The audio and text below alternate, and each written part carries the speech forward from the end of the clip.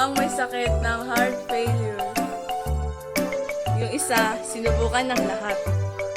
Nagpasuog, nagpahilot, at nagpatawas. Kaso, di umepekto. Kaya ayun, nahiya.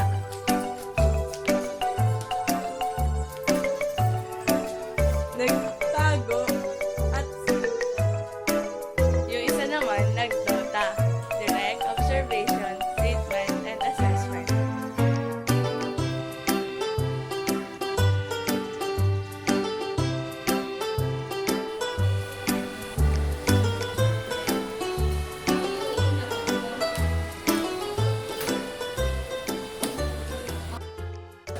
Dakong kasi ako. Bakit? Anong nararamdaman mo? Bilis na po ako mapagod katulad ng dati. Hindi katulad ng dati.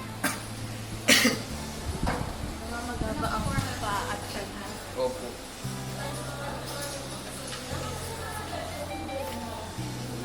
Naku, heart failure na yan. Oh! Oo, makikita mo dito. Ang mga muscle sa puso mo ay naninigas at lumalaki kumpara sa normal na puso. Ano po? Nare-recommend ako sa iyo ang DOTA o Direct Observation, Treatment, and Assessment.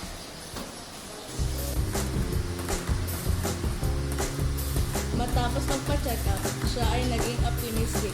Sabi nga nila, a happy heart is a healthy heart. Ayon sa mga cardiologists, stress ang isa sa mga nangungunang dahilan ng heart diseases. So remember, life is a matter of choice. So let us choose the best option.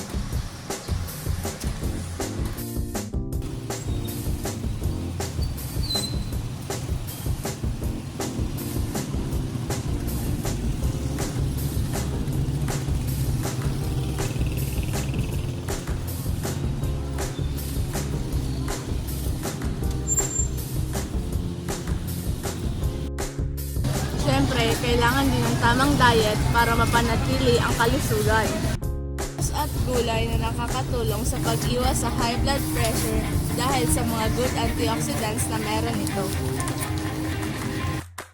Green tea na may tea polyphenols na lumalaban sa cholesterol. Almonds na may vitamin E. Ang vitamin E ay isang potent antioxidant vitamin na tumutulong sa pag-iwas sa plaque o pagbabara sa puso. At ang huli ay ang mga oily food tulad ng salmon, tuna at mackerel dahil sa omega-3 fats na meron sila. Ang omega-3 ay tumutulong sa pag-iwas sa pamamaga sa circulatory system.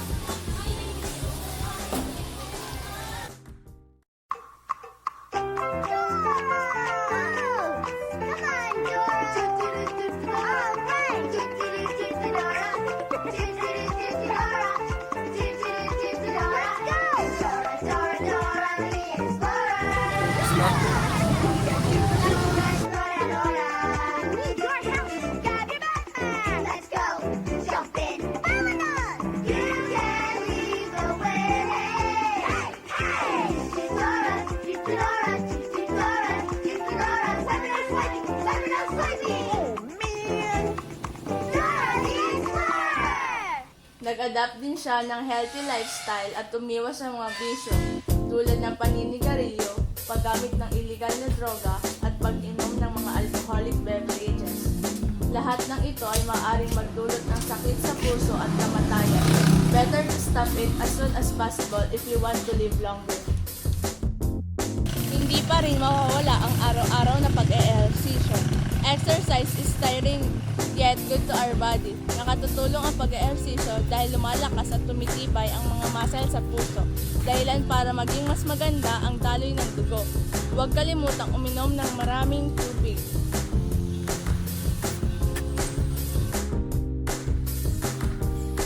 Laging uminom ng gamot na inirekomenda ng doktor. Being obedient to doctors may help us live longer and healthier. Huwag na huwag magsa-self-medication. Laging magtanong sa doktor.